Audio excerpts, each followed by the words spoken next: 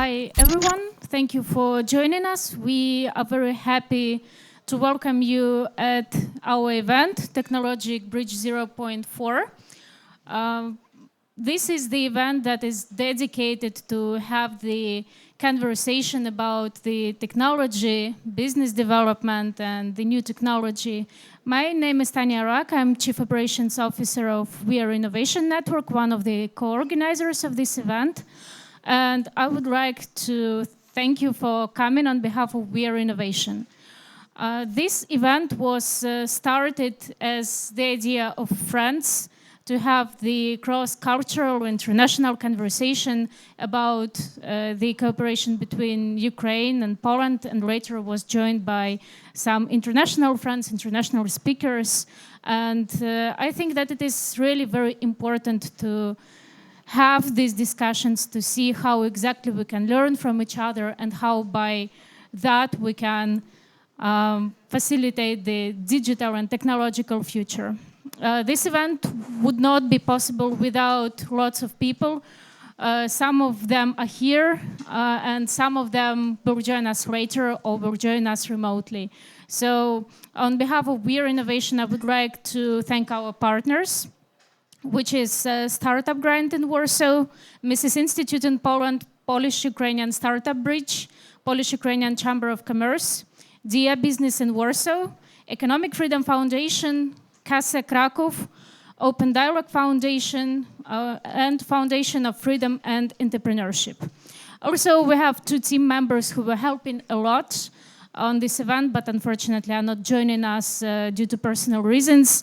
I would like to thank Ewelina Żabka and her marketing agency Advertising for helping us with the promotion and marketing, and Marcin Branowski, the alumni director of Students for Liberty, who was helping us with concept and organizational stuff.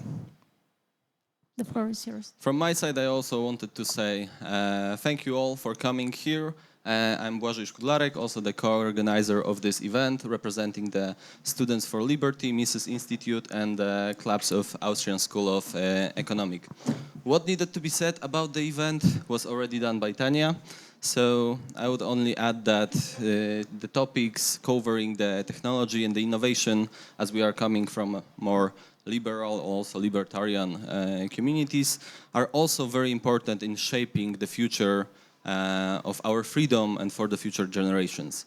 So, finishing with that, I would like to welcome you all once again and invite the speakers for the first panel about the migration that I will be also moderating. So, Peter Strupp.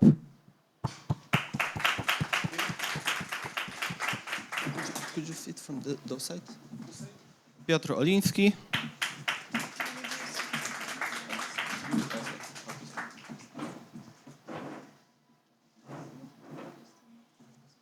And Krystyna Oleksiejczuk.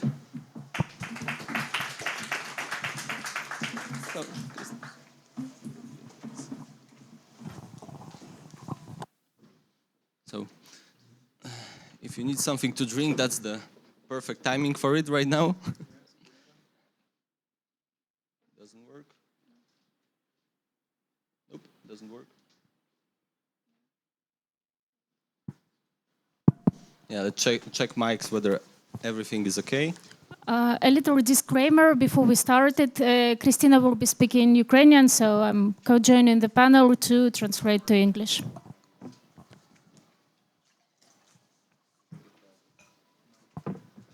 Now? Yes, now.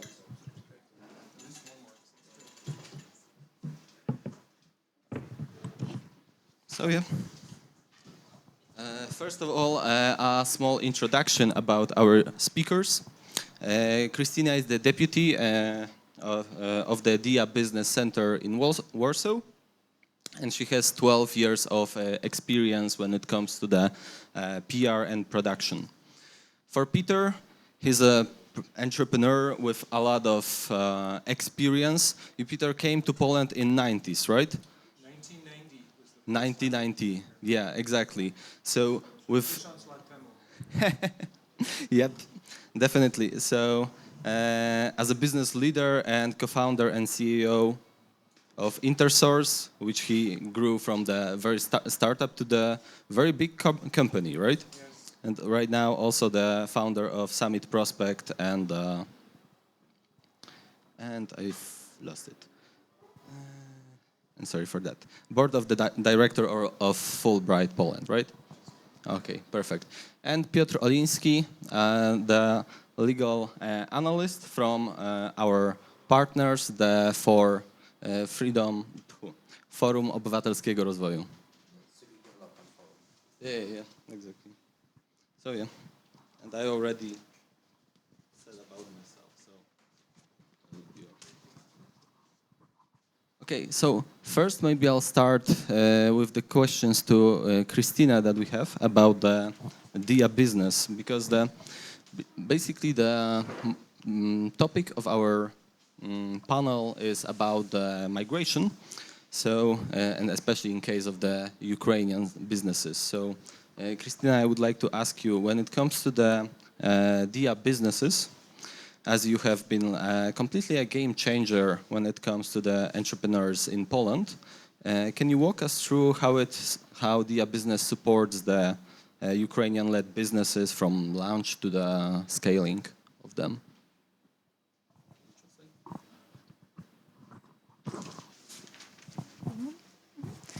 Всім доброго дня. Перепрошую, буду говорити українською, так почуваюся себе набагато впевненіше. Окей. Так, ще раз доброго дня. Значить, на рахунок того, як Diia.Business допомагає підприємцям, ми маємо цілу екосистему центрів Diia.Business. Вона в нас також є в Україні, там є 14 центрів відкритих. Тут в Варшаві ми маємо один 15-й центр, який єдиний міжнародний на даний момент. І, значить, тут центр Diia.Business у Варшаві допомагає підприємцям під час відкриття бізнесу і також тим підприємцям, які вже ведуть бізнес, але допомагає його розвинути. So, Diia.Business is the center that is working in Ukraine. Currently, there are 14 chapters, and recently Diia.Business was started in Warsaw, which is the 15th chapter, and currently it is the only international one.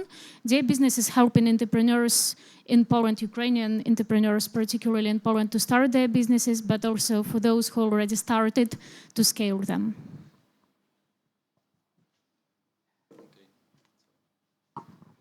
Okay, thank you for that. So, Peter, for you, as we just talked about when you came to Poland, because the Poland was for many years changing a lot. Like in the time of the 90s and also early 2000s, Poland was more of a country that people were fleeing from rather than migrating to. But that was not the case with you, right? So I would like to ask you, when it comes to your experiences as a migrant here, who experienced like been here for so many years, how would you say that what kind of impression was at the very beginning for you here in Poland as a migrant, and how it changed among the years when it comes to the businesses, the approach of people, of Polish people to migrants and so on?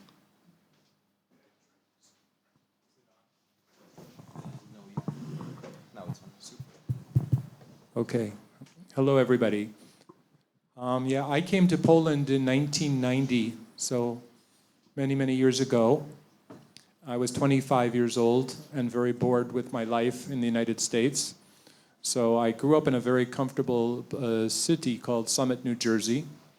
Beautiful place. And I wanted something different in my life. So I decided that I wanted to come to a place. I'd never been to a foreign country before. And I came to Poland. Actually, my first office was here at Dom Party, at the Communist Party headquarters, which is above us. And it was the most exciting decision that I made in my life. So I was working with a private equity fund to invest in new businesses. And everything was just completely new here in terms of, it was unbelievable. It was like to be frank with you, it was like being on another planet. And it was sink or swim time. I found the Polish people to be highly resilient, very strong about their focus, about leaving the old and going to the new. And it was 90% inflation, 95% interest rates. So it was flipping assets. It was making money any way you could. And I loved it. I thrived on it because it was something that the Polish society was able to stay stable during a very, very rough time, very tumultuous time. And at the same time, people saw freedom for the first time. And people started taking advantage of it. My short answer would be that some people, like innovators and first movers, grabbed it immediately. Of course, this was a minority of people. Then there was the people that would never change. They always were just praying that communism came back. That why did we have to change? Why did they have to cause all of this radical Balcerowicz reforms that caused so much trouble? And then there was the middle. And this was the society that had, say, in Polish, dosyć. I've had it, enough. We have to go to the new, and we have to move forward in a way that we can build a civilized, this country was always very, very civilized, but I mean in terms of a Western-style market economy.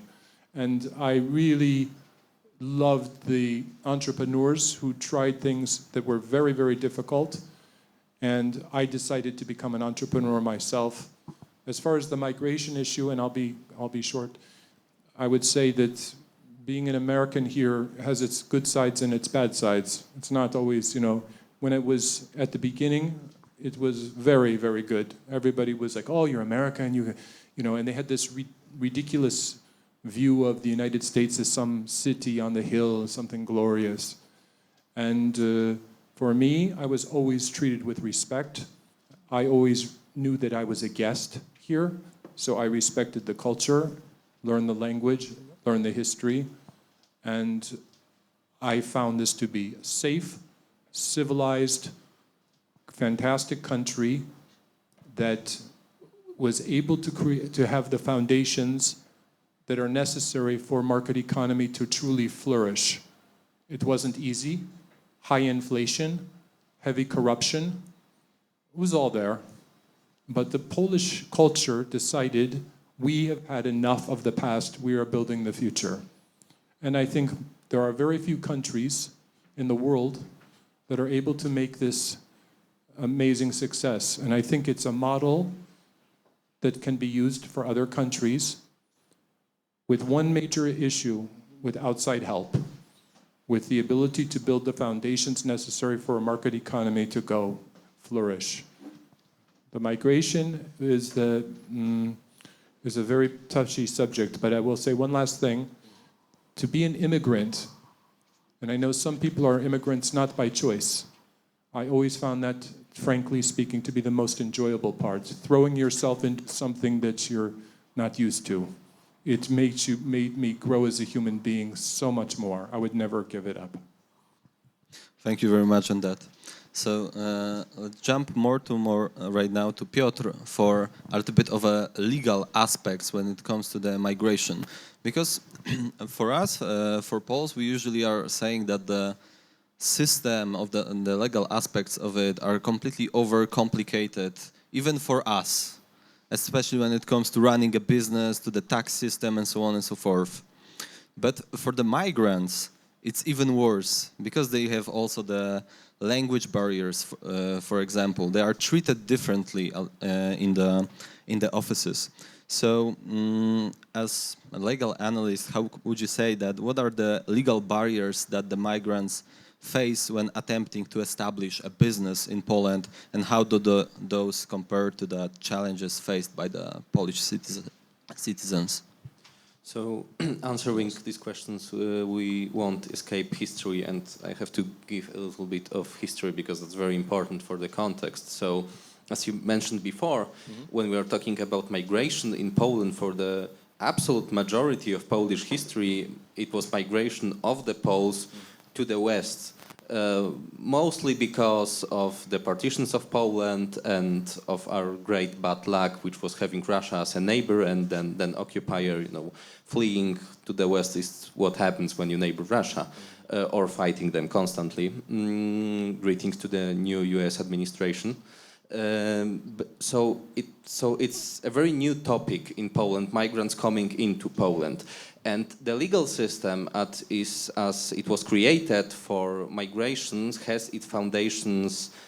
Nowadays, legal acts have its foundations in the early 2000s when, you know, every politician was promising to bring back the Poles from London to Warsaw or to create such good conditions that young Poles won't have to emigrate. So it wasn't really tested in that scale, and it wasn't really thought of as legal acts for that scale of migration. New waves of migration came after 2014, 15, 16, and then 2022 with the outbreak of the war in Ukraine was also a major event. So what happened? We had a pretty bureaucratic procedure, well, with a residence permit title, another permit for work, that permit tied to a concrete entrepreneur, the procedure of the information of a local government, if this migrant is needed. You see, these legal acts were designed for different times, for times with 2,000% unemployment, when people feared losing their jobs. That's completely the other case. Nowadays, we lack people to work. We have more work than hands to do the work. So when these waves of migrant came, the legislator had to face the problems of even more and more migrants coming in, with a problem of constantly under-financed public administration, with everyone hating the bureaucrats. So it's not very popular to say we're going to raise salaries of the bureaucrats so that they can be more capable. So what the politicians started doing was introducing new procedure. And you have a simplified procedure for Ukrainians, Armenians, Belarusians, Georgians, and there were Russians for some time, then later excluded. You had special programs like Poland Business Harbor. You have to, by EU law, have a separate mechanism for EU citizens. So the landscape today, I would say, is we do not have really such thing as a basic procedure for migrants. We have many different procedures with an overwhelming problem of underfinanced, underperforming public administrations. The time for a proceeding to gain a residence permit should take no longer than 60 days. We know there are local offices in which this takes up to a few hundred days because the staff and the money is not there. So the legislator tries to escape this through some backdoors, new mechanism, new orders of ministers. And it's true, this makes this incredibly complicated. This makes this whole system different to read, even for a lawyer, and especially for a foreigner or for an entrepreneur who wishes to gain a permit to have foreign workers. So yeah, it's true that the system is very complicated, and I think we'll get to the details in the next round. Yes, exactly. Thank you. Good that you already mentioned the Poland Business Harbor, that we will talk later on when it comes to the migrant, especially coming from the east.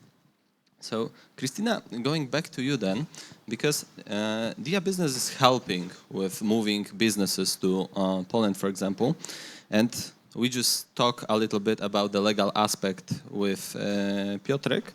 So I would like to ask you, from your perspective, what are the biggest struggles for the entrepreneurs from Ukraine that try to move to Poland and operate on our market, and how Diia.Business is helping them with it? Так, трошки більше розкажу про те, як саме центр Diia.Business у Варшаві допомагає підприємцям. I will explain a little bit more and in more depth how Diia.Business exactly is helping Ukrainian entrepreneurs in Warsaw. Ми допомагаємо через консультації, які надають експерти нашого центру. Консультації усі безкоштовні, і вони покривають такі питання, як оподаткування, юриспруденція та масштабування бізнесу. There are several aspects that Diia.Business can help Ukrainians. Usually it is being done through consulting. All consulting is for free, and it covers such aspects as taxation, scaling of the business, and once again. І далі також ми проводимо Заходи. У нас заходи діляться на кілька категорій. Є освітні заходи, це можуть бути як один вебінар, так і серія вебінарів. Ці заходи проводяться як онлайн, так і офлайн. В офлайн форматі також у нас були на початку війни, був популярний такий формат, як нетворкінг. Зараз в офлайн форматі ми більше також намагаємося надихати підприємців та давати їм більш навчально корисну інформацію, якою вони можуть скористатися. So there are also a number of events that Diia.Business is hosting. When it comes to events, they are being hosted both online and offline. Online, these are usually webinars, but they also have the experience with hosting offline events. Previously, that was more networking oriented, but right now there are also events that are aimed to inspire and give new ideas to entrepreneurs. І одним із найважливіших аспектів для українського підприємця зараз у Варшаві є те, щоб перебудувати, переформатувати свій бізнес, вже існуючий в Україні, під польський ринок. Тобто тут є свої певні закони, які стосуються не тільки оподаткування, а й таких питань, наприклад, як маркетинг, побудова взагалі стратегії і концепції бізнесу, і також подальше просування, продажі свого продукту. Of course, there are some challenges, but also opportunities for Ukrainian entrepreneurs in Warsaw.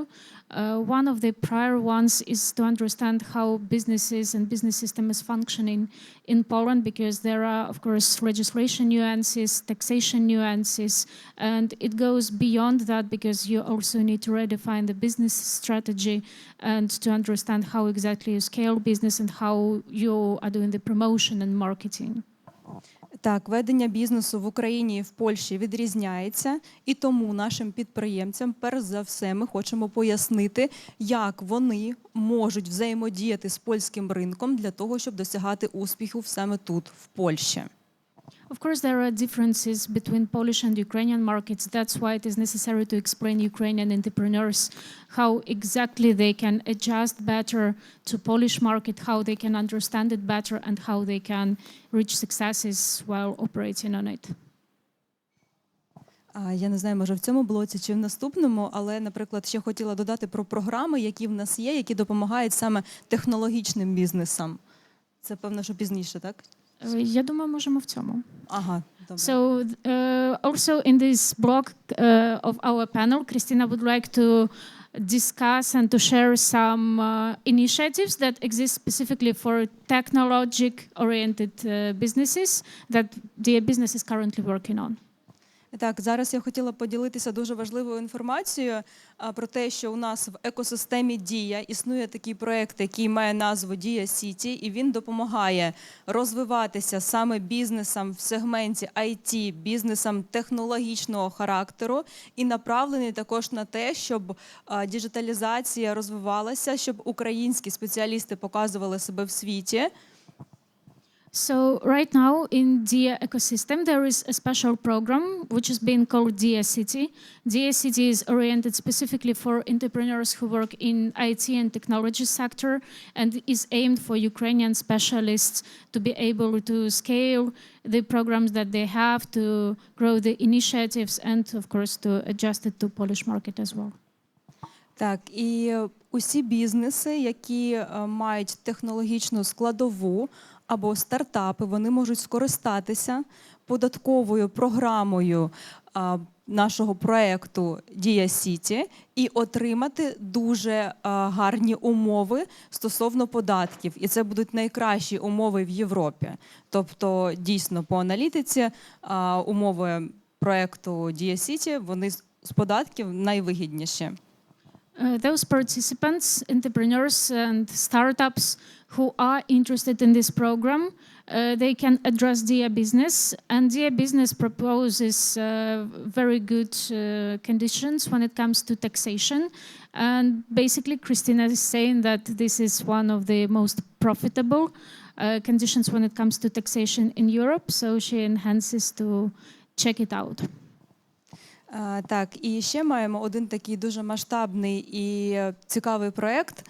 Він полягає у співпраці Міністерства цифрової трансформації в Україні у співпраці з Фондом українських стартапів. There is also an interesting initiative that rise in cooperation of Ukrainian Ministry of Digital Transformation, together with what's the fund? Come again?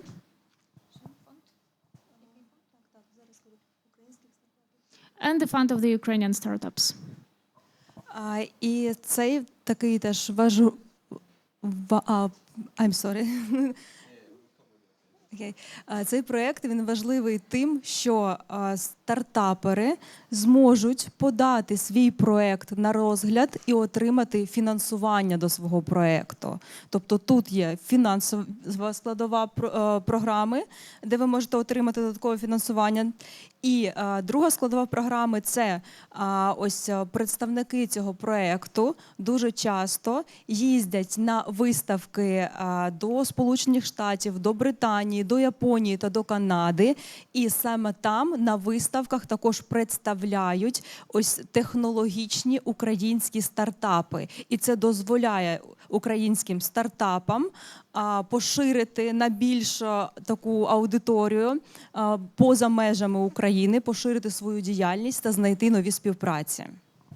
So there is also the opportunity for Ukrainian startups to get additional funding, and moreover there is one more initiative that allows the participants of this program to take part in expos coming to the US, UK, Japan and Canada and representing Ukrainian technologic startup ecosystem, which also helps to promote the idea of the development of the technologic sector in Ukraine. І про ці проекти можна говорити багато, в них є дуже багато також ще різних нюансів, але якщо вам буде цікаво, то запрошуємо вас до центру, до нас, і ми вже докладніше розкажемо, щоб зараз не забирати час. So there are lots of these initiatives, but not to take time right now.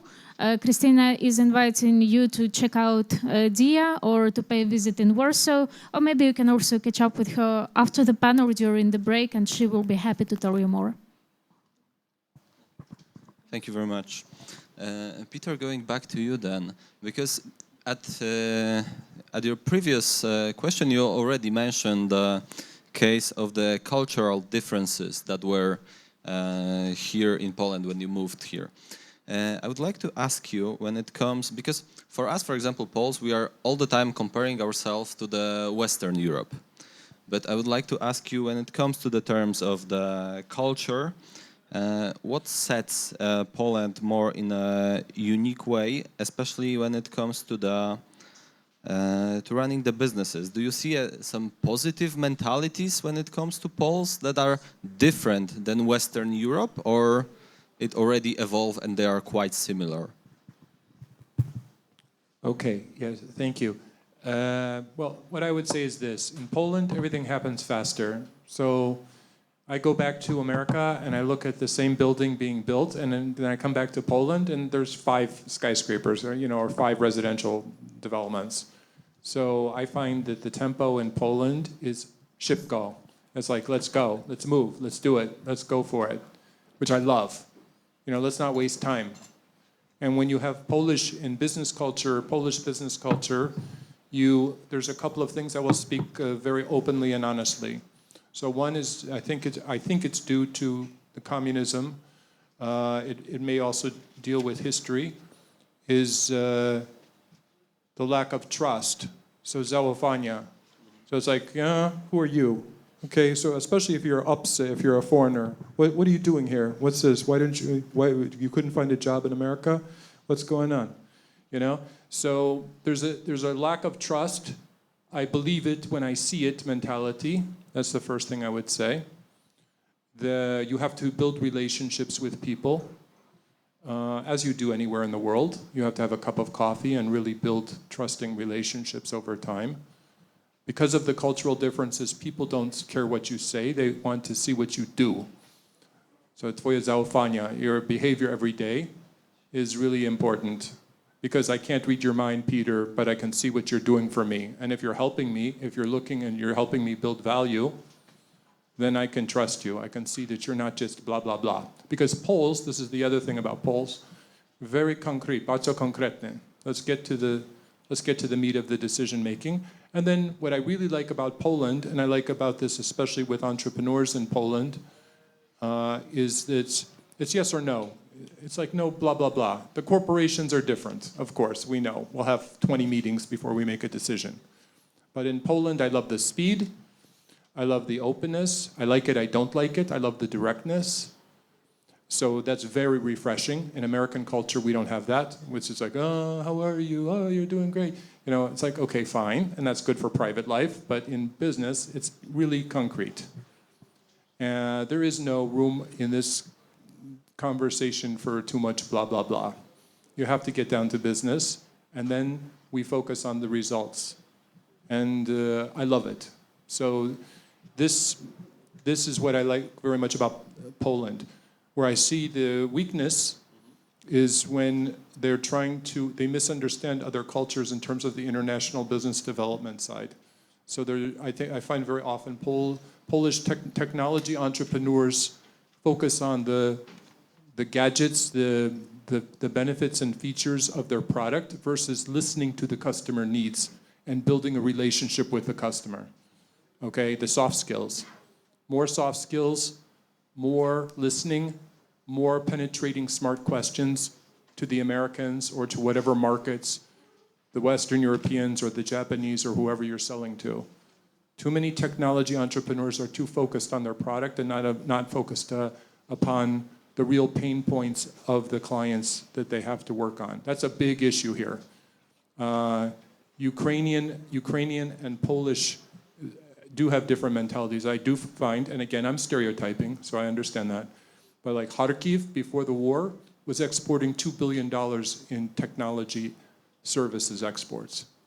The Ukrainians, I find, quite easily can scale the business, whereas very often we see the venture capital community here being too parochial, too narrow. It's like, oh, okay, Poland's great, but it's a big world, and the ability to expand and scale faster with all the talent that we have in this country, we can do a lot more for international business development. That's a definite big opportunity for Polish and, of course, Ukrainian businesses here. Poland is a great beta testing place. The market is a good place to test your products, especially if you're selling B2B to big international companies, because there's so many of them here that you can test out your product. But then having the international scaling strategy is something that I find a lot of Polish companies struggling with, especially as they enter the American market, because they don't understand American culture. And they don't understand our regulatory system, that we have states, and the states have laws, and you need a Delaware corporation or you need an LLC to enter the market. They have a lot of struggling of understanding how to enter the American market, which is fine, which is normal, but it needs to be addressed more consistently, because you got to go to the biggest markets if you really want to make a global scale business. Okay, thank you very much. So, as you were mentioning, it's good that we don't have that much of a small talk culture then when it comes to business. Yeah, yeah, exactly. So, Piotr, I would like to ask you then, because we touched the subject a little bit in our previous question, when you mentioned the Poland Business Harbor program. So basically the program was launched in September 2020 and was designed mostly for the Belarusian IT specialists and startups at the very beginning, but it then changed, as you also mentioned, for the Ukrainians, Georgians, Armenians, and so on. So the program stopped working since January 24, and it was completely abandoned right now. It was suspended. So could you elaborate a little bit about this program? How did it look like, and whether you would recommend to going back to this program for the IT or maybe other entrepreneurs, or would you propose something different than this program was?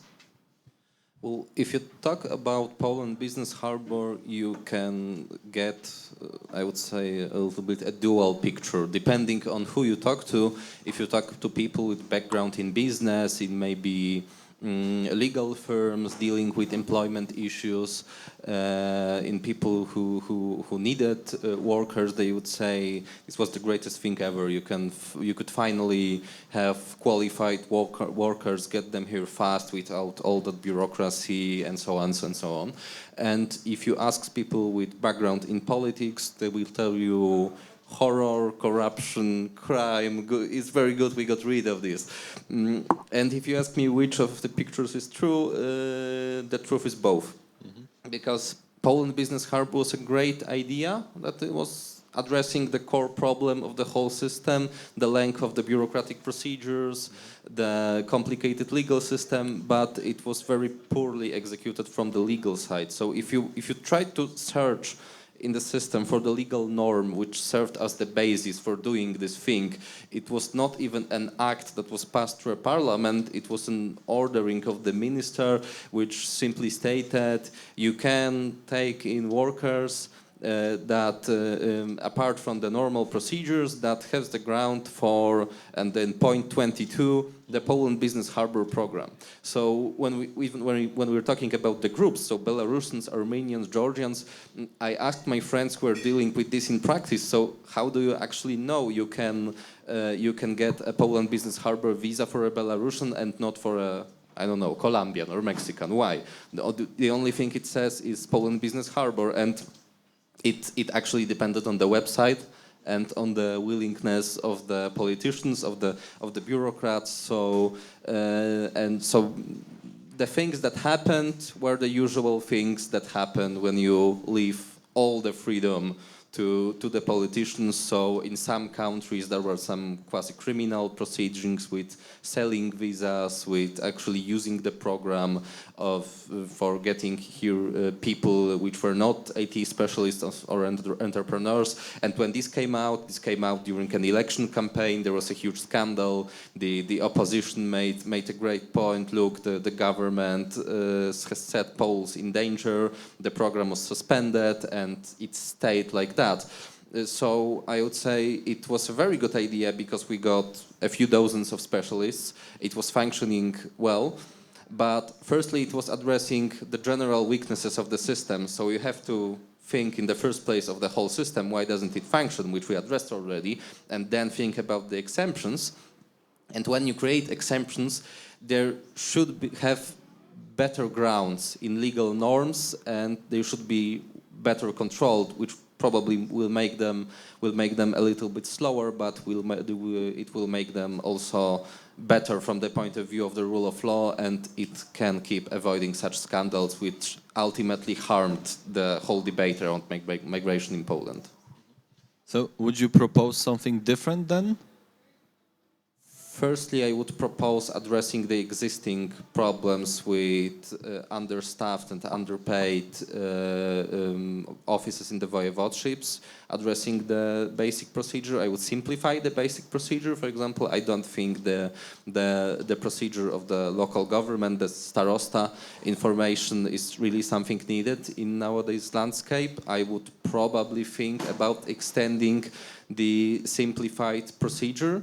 And then we could think about reintroducing the Poland Business Harbor visa with basis in a legal act and not an order, and more tied to the whole system.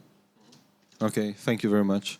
So, Christina, then going back to you, I would like to ask you what industries or business models have you seen in Ukrainian entrepreneurs that moved here, for example, and with what they thrived the most? Like any unexpected success stories with people that you cooperated with? Так, дуже багато бізнесів різних переїжджає з України до Польщі, і це зазвичай малий або середній бізнес, і це бізнеси такі, починаючи від того, коли є один підприємець, він, наприклад, проводить діяльність handmade, так, і працює один, або має в команді ще одну людину, дві людини, або це такий повноцінний там вже середній бізнес. І зазвичай це ресторанна сфера, сфера косметологічна, дуже багато таких сфер ми можемо проаналізувати, побачити. Також відкриваються ще мовні школи, відкриваються ще спеціалізовані теж курси, і також багато з наших підприємців, хто проводять ще і експертні освітні програми теж тут. Quite often the businesses that are moving to Poland is small and middle scale businesses, starting from one entrepreneur just being on board and, for example, doing some handmade. Or there is some extension to this entrepreneurs team, having one or two people on board. When it comes to business segments, these are quite often restaurants and gastro businesses, cosmetology, and also in the recent times there started more language schools, specialized schools, and specialized courses that are being operating. Okay, then, thank you very much. So, Peter, going back to you, when you discussed at the beginning that the approach to Poles to the foreigners, for example, was usually that they don't trust them, they are very suspicious, like, what are you even doing here, right? But nowadays the foreigners in Poland are not a rarity. It was that in the past, right? When you mentioned that just entrepreneurs, that people that had a lot of ideas what to do were moving to Poland in 90s. But right now, like, the situation completely changed, and you could see foreigners everywhere. Immigrants working in every industries, in many companies, many international corporations, and so on. So, from your experience or from your perception, how do you think that the cultural, language, bureaucratic barriers are still like a complete issue for immigrants moving to Poland, or has Poland become much more welcoming when it comes to the migrants?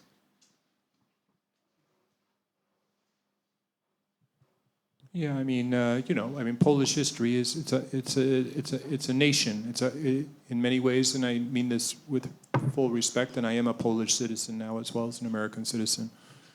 It is a very strong culture, and the first 15, 20 years that I was here, it was quite rare to see somebody different. And then something happened about 15 years ago, and you started seeing, especially in the urban centers, you started seeing people from all over the world coming in here. And I was quite, to be very frank with you, shocked by the ability for a very homogenous society to be able to bring in people from another culture and be able to, I'm not saying, human beings have a suspicion of the other.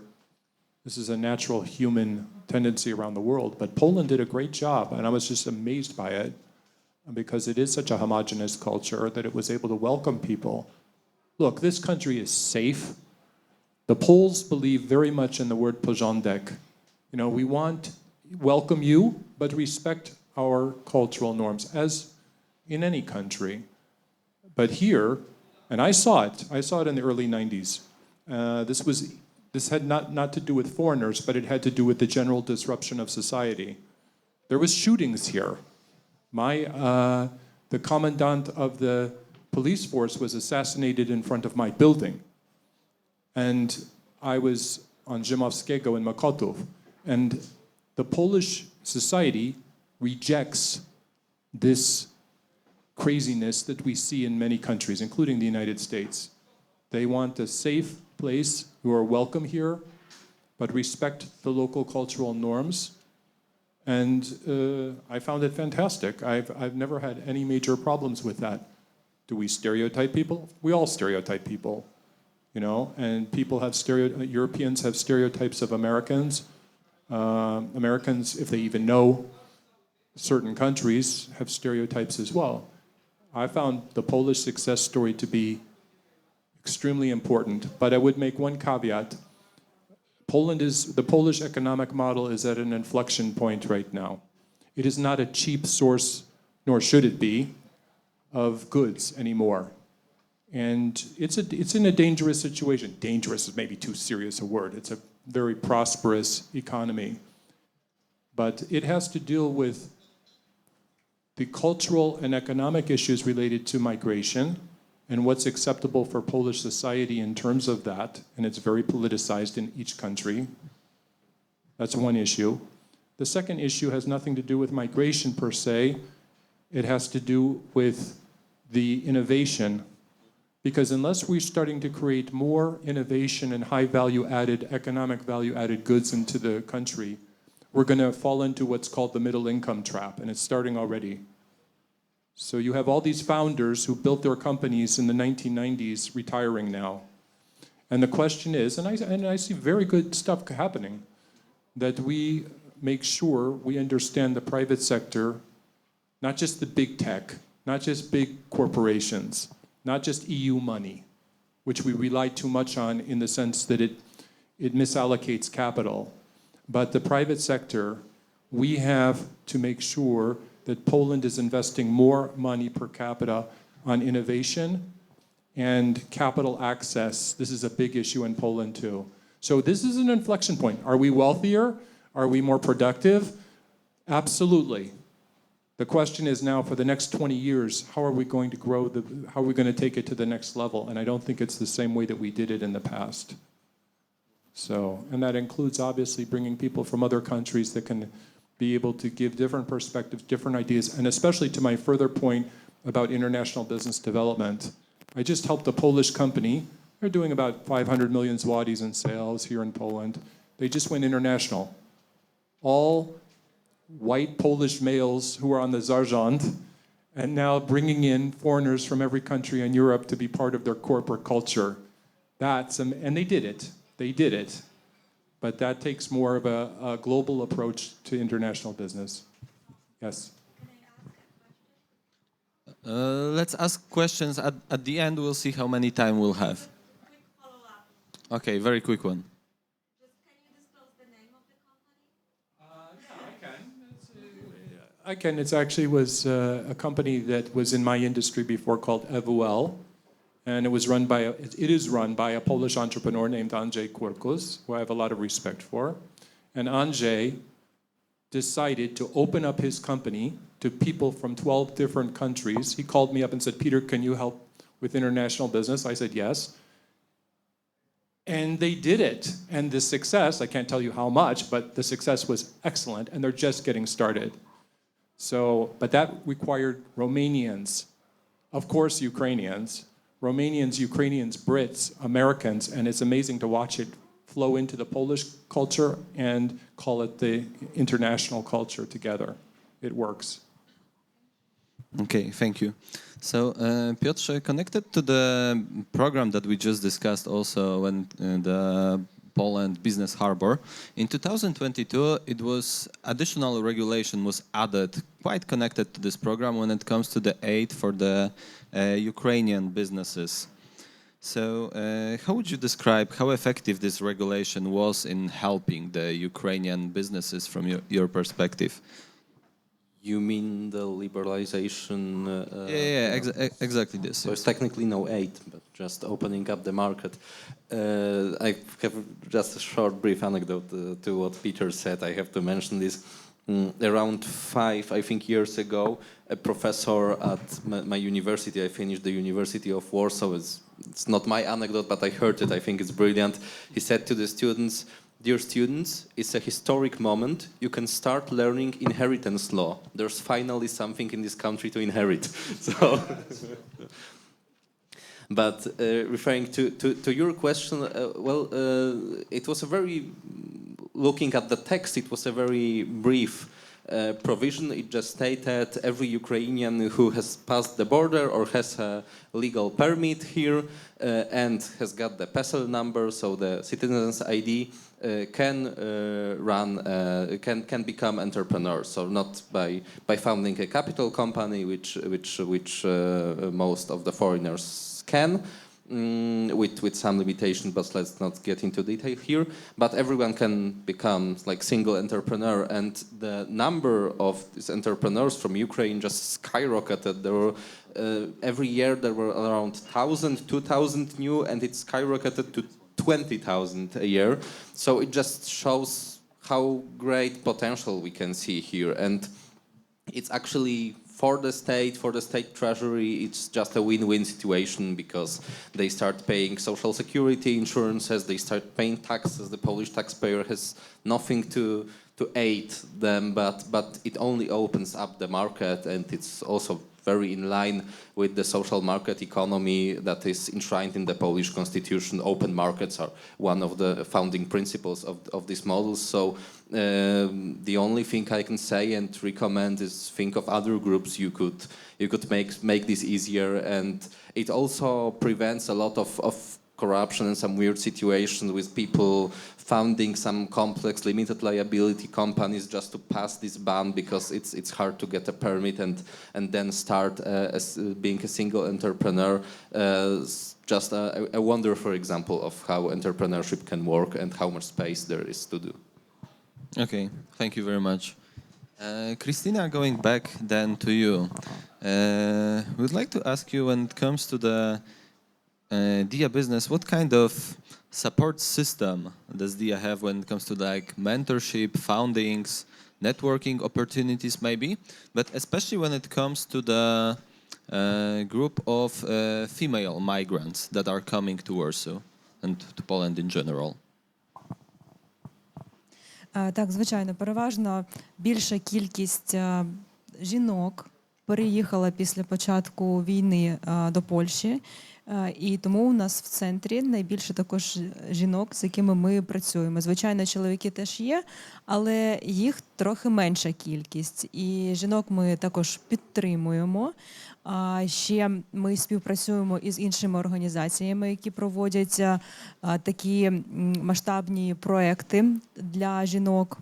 У нас також планується на наступний квартал, у нас планується цикл мастермайндів, до яких ми будемо запрошувати групи жінок. І теж це і навчальні програми, і надихаючі. Ось, а в цілому ви теж говорили про те, там, які є види, да, яким чином ми там проводимо ті ж наші заходи. І тут хочу теж трохи більше розкрити, але секундочку, почекаю на переклад. So, because of the war, of course, the majority of migrants who came to Poland from Ukraine, these are women, and that's why the amount of entrepreneurs who are addressing Diia.Business in Warsaw, these are women, though, of course, a certain target comes to men. There are lots of programs that are being conducted together with the international programs, which Christina will talk about just in a moment, but in general there are lots of opportunities, so again the enhancement to test out and come. Так, у нас є заходи в різних форматах. І, по-перше, це освітні заходи, на яких є дійсно справжній освітній курс. Він може містити 6 лекцій, може містити 8 лекцій. Зараз у нас як для жінок, так і для чоловіків стартувала IT-школа з компанією Genesis. Це вже друга школа, це вже другий подібний проєкт. І дана школа проводиться 2 місяці. 2 місяці, 2 рази на тиждень проходить навчання у нашому центрі. І потім по закінченню цього навчання студенти найталановитіші можуть отримати роботу в компанії Genesis, а усі інші, які навчалися, можуть просто забрати собі ці скіли і надалі піти їх втілювати в свої нові проекти. Ось. І, значить, в школі другій будуть теми актуальні як і для сектору IT, так і для маркетологів. І у нас якраз почнеться ця друга школа в квітні. Ось, і маємо ще також і інших багато освітніх проєктів на інші теми. Тобто в нас був на початку року освітній курс стосовно штучного інтелекту. Також у нас був освітній курс стосовно продажів і стосовно того, як вивести свою компанію на польський ринок. So usually it happens, the education is happening in the form of courses, and it contains from 6 to 8 lectures. The courses are being held up to 2 months. Right now they started the IT school for both men and women who are interested to switch to the niche. It has been conducted together with Genesis Group company, which is quite popular and big in Ukraine. The lectures have been conducted twice per week during 2 months, and in the end of the course. The best participants who show outstanding results can also get the job at Genesis Group, but others will also be issued the certificates. Other than that, there are some also additional educational initiatives that include marketing, sales, and how exactly to scale your company. The next cohort for these courses is starting in April. Так, але окрім освітніх заходів, ми ще маємо заходи надихаючі, на які ми запрошуємо відомих підприємців, щоб вони ділилися своїми кейсами для наших учасників. І тоді наші учасники можуть подивитися на гарні приклади. І там не лише гарні приклади, там насправді теж власники компаній, власники бізнесів розказують, які вони помилки зробили під час відкриття, під час ведення бізнесу. І це є дуже цінним. І, звичайно ж, нетворкінги, і окрім цього також ще в нас плануються майстер-майнди, і це вже така праця на більш-меншу групку людей. There are some additional initiatives that also include events where entrepreneurs come and share their stories, their case studies, their success stories. Of course, they also share fails with the audience. And shortly there also will be the program of masterminds, which is starting soon. Теж закінчу трохи про аудиторію наших заходів. Тобто у нас заходи діляться на кілька категорій. Є заходи там, де, наприклад, майстермайнди, бранчі, да, то там є 15 осіб зазвичай. Да, а також ми проводимо заходи там на 30, 60, 40 осіб. І бувають на заходи більш масштабнішого формату, на які вже долучається близько 100 осіб. Це такі заходи по формату Ukrainian Community Connect. Коли будете чути цю назву, обов'язково зареєструйтеся і прийдіть, подивіться. Дійсно, у нас топові спікери на таких заходах. The events have different amount of participants, starting from branches that have around 15 participants. Of course, there can be bigger, up to 30, 60, or there is also the event Ukrainian Startup, Ukrainian Community Connect, which usually gathers together around 100 people. So next time when you hear the name, just register and come and see yourself. Thank you. Yes, thank you very much. Peter, going back to you, you already mentioned a little bit the Polish tech sector when it comes to making the technological products more. What do you think, like, which industries right now are attracting the most, like, foreign business owners that would be coming to Warsaw and try to develop their value? That's an interesting question. I mean, in terms of, first of all, just on the broad-based side, obviously, while Poland still suffers from not getting enough private equity and venture capital here, that is one constraining factor. On the other hand, technology, given the competencies in Ukraine and the competencies in Poland, in terms of the quality of the software engineers in this part of the world, is really fantastic. And for those technology specialists that want to go global here, you see a fantastic amount of opportunity going ahead. The only caveat I would say is the lack of, and this goes to the point about marketing and sales. Marketing and sales. Marketing and sales. If I can't say it 1,000 times, I don't care how good your gadget is, unless you've got B2B customers or B2C customers that are being able to say, you know what, I like this. This is interesting. This is a cool product. I just spend half my time talking with entrepreneurs who have prototypes, who have minimum value products. They have the ability to launch, and they're not focused enough on the market segmentation and the customers. So I would just say that that's an extremely important point. And as far as the opportunities are concerned, to your question, I mean, domestically in Poland, we deal with all different kinds of stuff here. I see lots of opportunity. It's huge. I work with real estate developers. I work for financial services companies, fintechs. There's a huge spectrum of opportunity here, both domestically in the Polish market and using the brains and the human capital here to go international. But I would say that there's only really a real elite group of Polish entrepreneurs that have been able to understand how to scale globally with minimum amounts of resources, using obviously the internet for scale. And if you can get into MarTech, marketing technology, and really understand what you can do with that in terms of getting to your audience globally, I think that's a huge opportunity for entrepreneurs here, because they've got really good product, but they don't have the marketing tools and the automated technology necessary that they can use to scale and be able to go global without having to have an expensive sales force. And I see a lot of good entrepreneurial companies here that have been able to do that. And once you start showing up on the radar, the financing is there. The financing is there when you have customers, or at least people saying that they are interested in your products or services. Do that as a minimum. And I find that engineers, as brilliant as they are, do not have enough commercial context or need mentors and support to be able to make sure that they don't fall into traps that are very common, not only in the scaling, but also in the financing side, so that you're financing with the right partners and raising the capital so that you can get the best out of your business.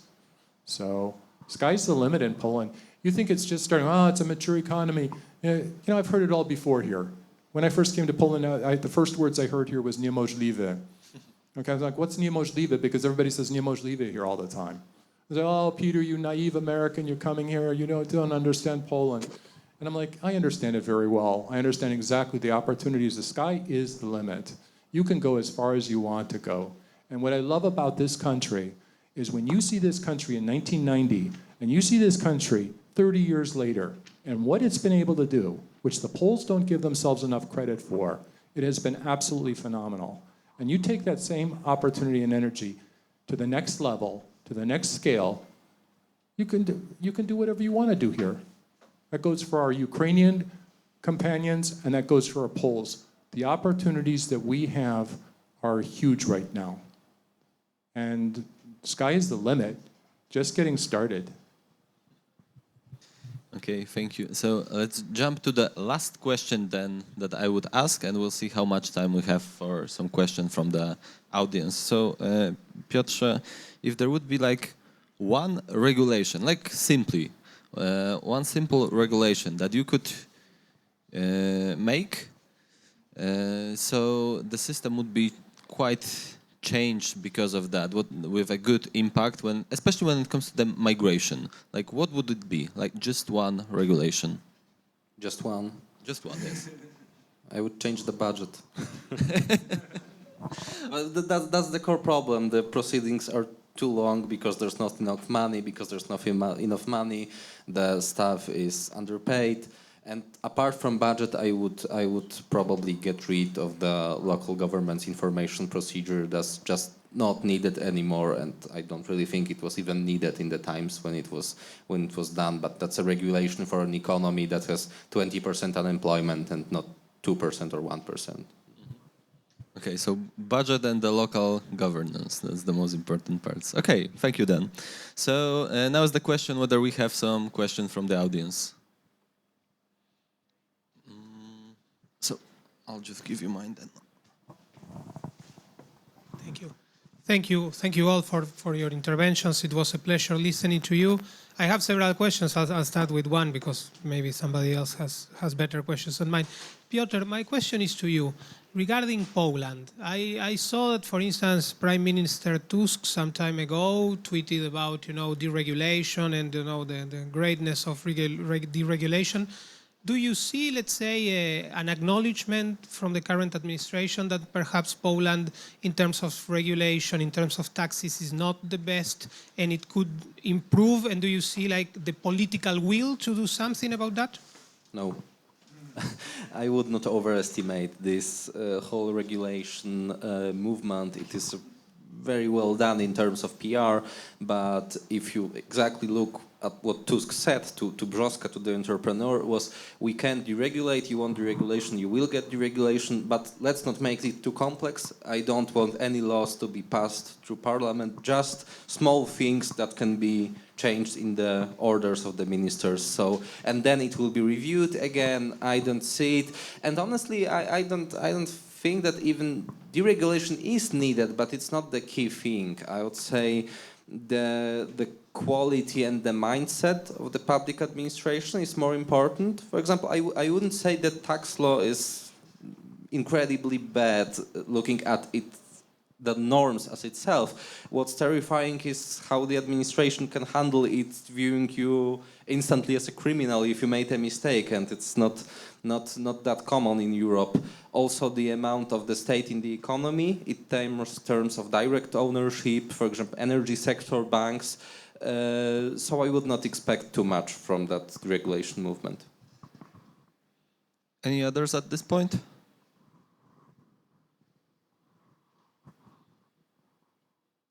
If none, then thank you very much for participating in this panel. Let's do a 15-minute break.